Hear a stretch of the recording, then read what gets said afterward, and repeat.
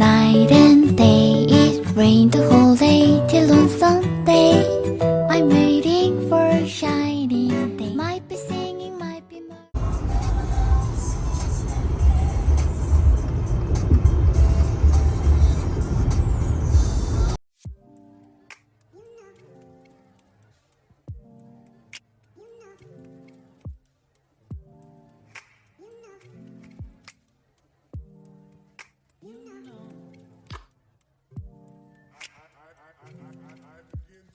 Guys, welcome back to our vlog and happy Friday pa din. Nandito kami ni Sweetie sa McDo para mag-dinner kasi nga nagpa-fasting tayo dahil malapit na ang Holy Week. Kaya ang in-order namin ay fish fillet, diba? Kanina fish din yung kinain kong lunch. So habang wala pang Holy Week tayo magpa-fasting and we order french fries, fish fillet, and soft drinks. And samahan nyo kaming mamasyal. Hindi ko pa kayo napapasyal dito sa Amerika, sa Daiso. Mamimili tayo ng mga ino-organizer na kailangan sa mga drawer ko. And mura kasi din doon. So dumayo tayo sa isang pinakamalaking Daiso dito sa may Buena Park. So guys, samahan nyo ako na ipasyal ko kayo ngayong Friday para makapag-relax naman tayo. So see you guys later!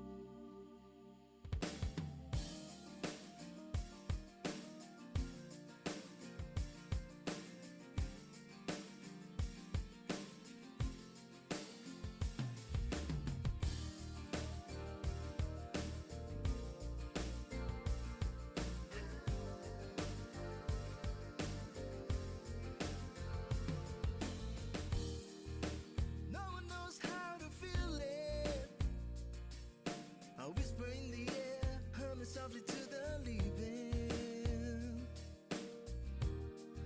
I see a flame inside me, shining on the speeds of mine. My soul was weakening. I found you. My world is now complete. I thought it was impossible, but that's how things were to me. I love you. And it's not some reverie. I'll lay down in your arms, and there's where I wanna be forever. Guys, welcome back to our vlog. Nandito na tayo sa loob ng Daiso. At mag-start na ako maghanap ng mga kailangan ko sa aking mga vanity and cabinet para may mga drawer ako. So, ang dami-dami nila talaga. Ayan. So, samahan niyo muna ako guys, mag-ikot kasi ito sa pinakamalaki dito sa Buena Park na Daiso. And sing a song I've never heard, something so sweet. I found you. My world is now complete. I thought it was impossible, but that's how things were to me. I love you. And it's not so reverie. Guys, sa sobrang daming organizer, hindi ko alam kung ano ang bibilhin ko at ano ba yung fitted para sa vanity or dun sa bag collections ko. Dito rin, marami rin kayo makikita for kitchen stuff na mabibili. Dami nga. Pakita ko sa inyo guys. All my old dreams. Let's give the past what it belongs.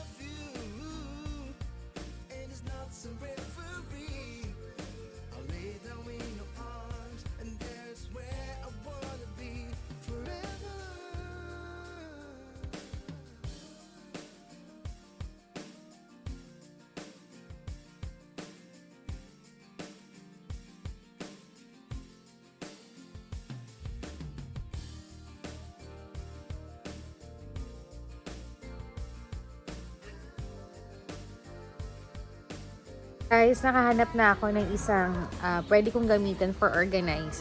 Pag-organize ko sa vanity ko, isa muna yung binili ko kasi itatry ko muna siya. Grabe, ang gaganda ng mga gamit sa kitchen. No? Tapos may kulay pink pa, guys. Cute! Kikit niya talaga, maalo ka. Isa to sa pinakamalaking Daiso na pinupuntahan ko. I think 3rd time na ako nakapunta dito. Dami rin yung kitchen stuff. And here, look guys, maaaliw talaga kayo. So, punta naman tayo with other part ng Daiso. And it's not some reverie. I'll lay down in your arms, and there's where I wanna be forever.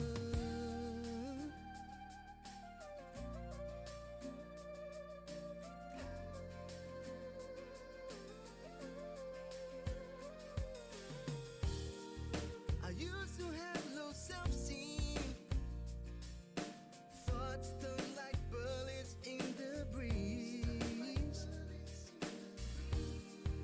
But someone touching my strings and sing a song I've never heard, something so sweet. I found you. My world is now complete. I thought it was impossible, but that's how things were to me. I love you, and it's not some reverie. I'll lay down in your arms, and that's where I wanna be. So, dito naman tayo sa mga stationaries, mga ballpens, accessories. Diyos ko, ang dami. But kukuha ako ng scissor. May nagustuhan ako ng scissor kasi wala akong ganito. Pag mga maliliit yung binubuksan ko. I think this one I will get it. And I don't have the small cutter talaga. So I'll check if they have pink one. Diba? So cute talaga nila, guys. Diba? It's so cute. And yung diniscuss ko kanina, mga stationaries, meron din sila, diba? Nakakaliw. Ang dami ng stationaries. Oh, stationaries. I thought it was impossible, but that's how things were to me. I love you, and it's not some reverie. I'll lay down in your arms, and there's where I wanna be forever.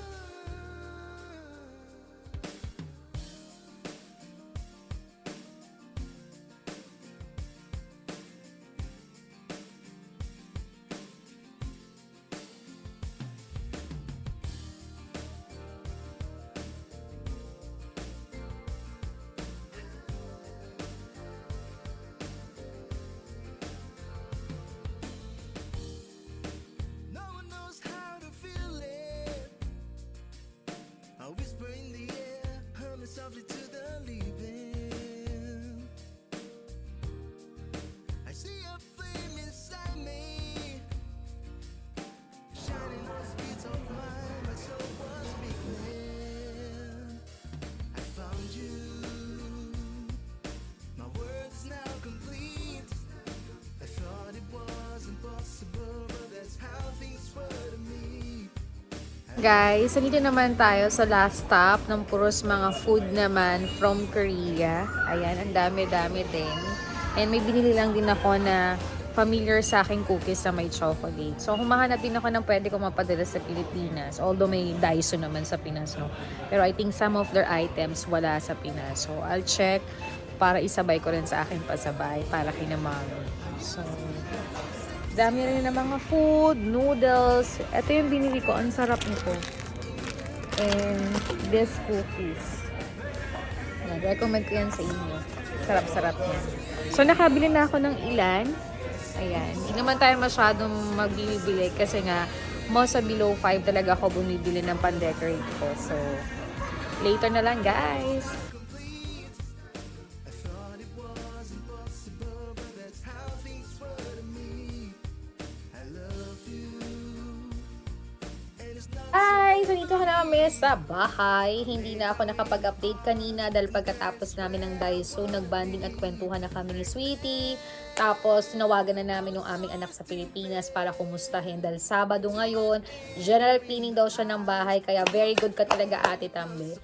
So, before ending my vlog, ipapakita ko lang sa inyo mga ilang binili ko sa Daiso. Hindi siya naging kompleto kasi parang naisip ko sa 5 below na ako bibili ng ibang pang-organize ko. Sa vanity ko, magbabudget muna tayo dyan. Ano? Hindi naman kailangan sabay-sabay ang pagbili.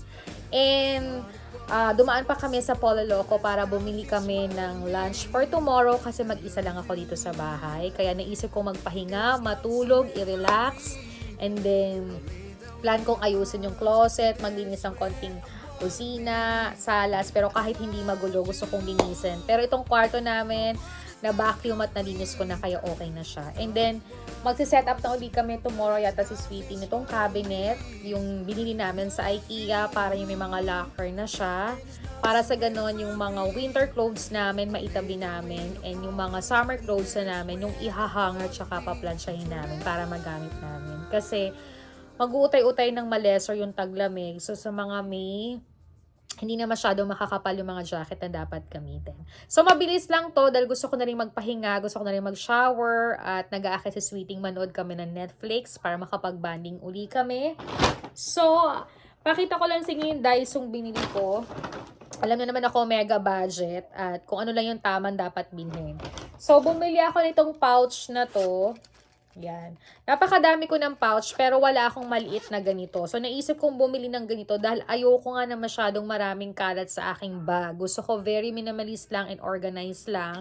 And happy ako dahil may ganitong pouch na medyo maliit at kasyang-kasya siya. So, mura lang naman to at ito ay nalalabhan kapag dumumi. So, tatagal to sa akin.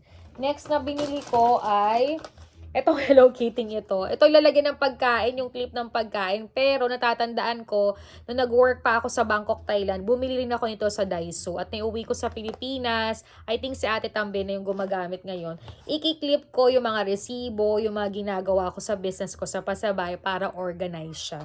So, mura lang din to.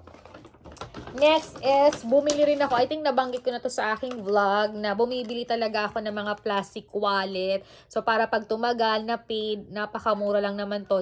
Okay lang din siyang i-wash out, diba? So, bumili ako nito last December nung umuwi ako.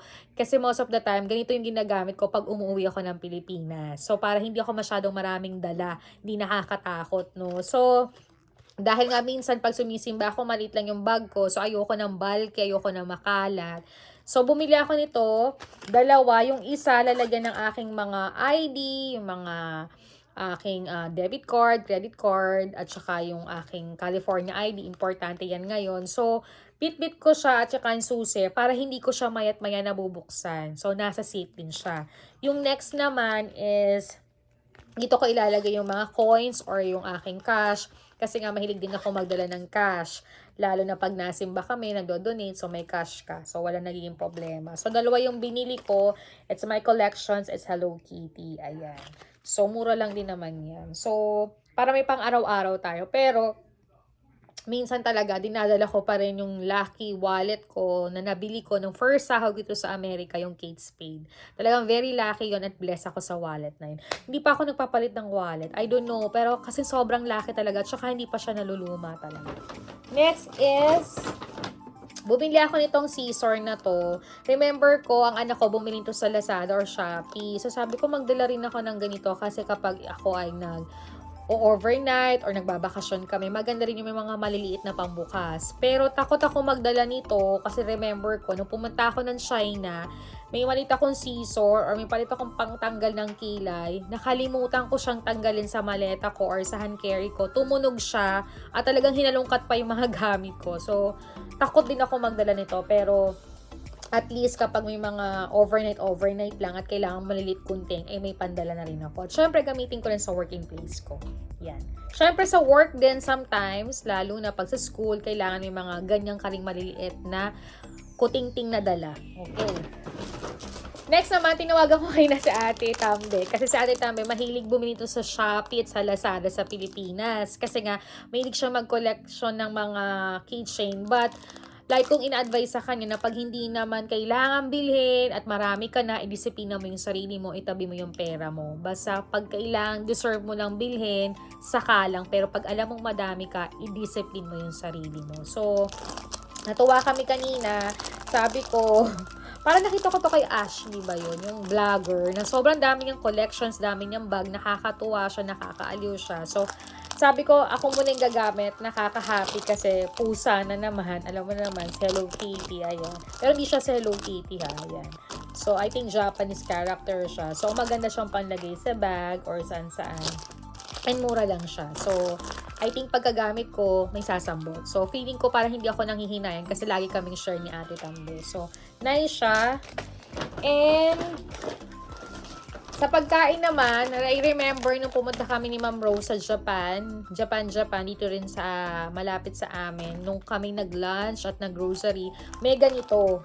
So, nung nakita ko to sa Daiso, sabi ko, sige, bili ako. Tinikman ko na siya. Ayan, tinapay na may chocolate siya. So, mahilig ako sa mga ganito. Kahit nung nasa Bangkok ako or nakapag-travel ako sa Korea, most of the time, ganito talaga yung binibili kong pasalubong at kinakain kasi ang sarap. Ayan. So, try nyo siya. I think $3 lang siya. Mura lang siya. And, ito din. Sarap na sarap ako. Medyo mahal to sa SM, nakita ko. So, I think nung nasa Bangkok din ako, lagi ako nabili ito, nagtuturo pa ako doon. At saka, nung nag-tour ako sa Korea, kasi mura to sa Korea. Ayan. I don't know kung okay pa siya, kung ganun pa siya kamura. Pero, masarap siya. So, sabi ko, try ko. Hindi ako masyadong bumili maraming pagkain kasi hindi na naman mahilig si Sweetie. So, sayang lang. Ako lang din naman ang kakain. Tsaka, sabi nga, lesser for sugar din, diba? Ito lang talaga yung pinunta ko sa Daiso. Nakakita na ako ng ganito sa Walmart or Target. Pero, mahal sila ng $3. So, alam ko talaga sa 99 cents na nagsara, ang daming ganito. Sobrang mura lang dun. At saka sa Daiso. Kaya talagang pinuntahan namin yung Daiso. Yung Daiso malaki na yung pinuntahan namin para mas makapili kami. Kanina nga hindi na ako nakapag-vlog ng sobra kasi ang dami ring tao, ang daming namimili. Kasi almost 9 to 10 o'clock sila nagsasara. At saka malaki talaga siya. Marami ka mapagpipilian mula sa mga kitchenware, pang-organize mo, decoration, gamit sa bahay, sa banyo, yung mga ballpen, notebook, stationery, napakadami. Malulunod ang mata mo sa kagandahan. So, ito lang talaga yung dinayo ko. Kahit naghanap ako ng mga separate basket, pero pag-iisipin ko, mas makakamahal pa ako. So, doon na lang ako sa alam kong makaka-budget ako. Tsaka yung mga ganito kasi organizer, nahuhugasan, nalilinisan. Kapag nagkadumi, pwede mo siyang hugasan at ulitin uli. So, sabi ko ito na lang. And kulay gray ito.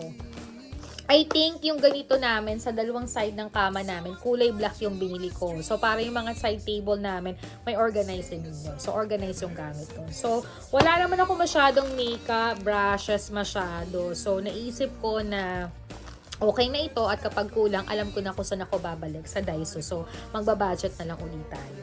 So, yung mga ibang kailangan kong ilagay, plano ko, total na kapag na tayo, shopping na tayong konti sa below 5 and soon iho-haul ko yan sa inyo, dadagdagan ko lang, ay baka mga next time, magbabudget ulit tayo. So, all in all, ang pinamili ko ay wala pang $20 lahat. Pero, dahil may tax tayo, umabot siya ng 20. But 20 is okay. Hindi tayo lumampas, hindi tayo tumakaw mata. Kahit ang dami kong gustong biling ballpen, notebook, stickers. But for me, sino naman ang gagamit? Ang dami ko pa, di ba? Huwag tayo maging takaw mata na may tatambak mo lang or mahihikayat ka lang. You always have discipline and I'm so very happy simula January ay nadidiscipline ko yung mga ganyan. So, itabi na lang natin at gamitin sa tama or isave na lang natin for the near future, diba?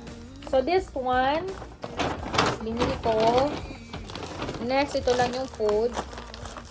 Kasi doon lang talaga ako nakakabili ng ganun. Kasi yung Daiso namin dito, i-close na, papalitan na siya ng Miniso. At soon, mamamasyal ulit tayo sa Miniso. So, this one, the scissor. Ang kitong scissor. Color pink. It's my favorite color. Hello Kitty wallet. Ito yung pang-clip ng mga pagkain. Pero gawin natin paper clip. And this one pouch. Ayan. So, yan yung nabili ko sa Daiso.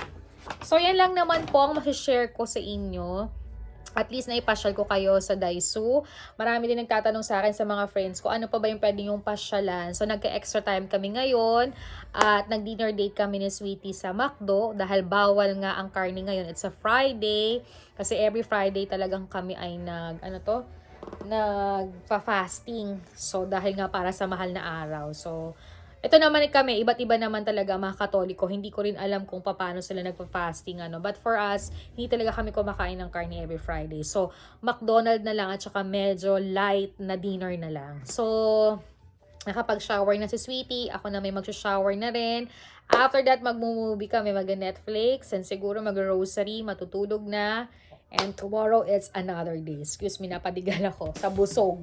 So guys, ikakat ko na yung aking vlog. Maraming salamat for always watching at pagsama sa mga simpleng pasyal natin. And for sure, soon, kapag hindi na busy, baka mas iba na ang pasyalan natin. Para ma-share ko naman sa inyo yung mga nililibutan ko pa rin dito sa Amerika, diba? And it's a good din na nakakapag-share ako sa inyo na may mga ganito din, diba? Hindi ka talaga maiinip. Talagang you have to be control for everything na ma-enjoy mo rin talaga. Kahit na ano-ano pa, diba?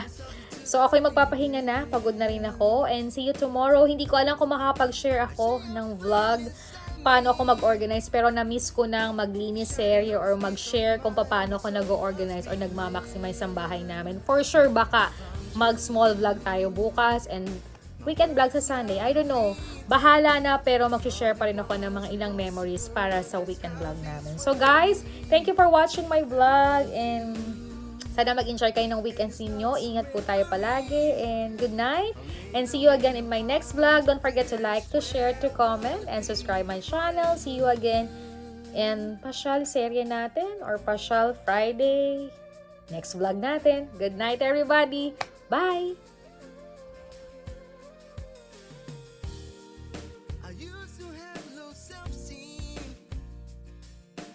Thoughts stung like bullets in the breeze. But someone touching my strings and sang a song I've never heard, something so sweet. I found you.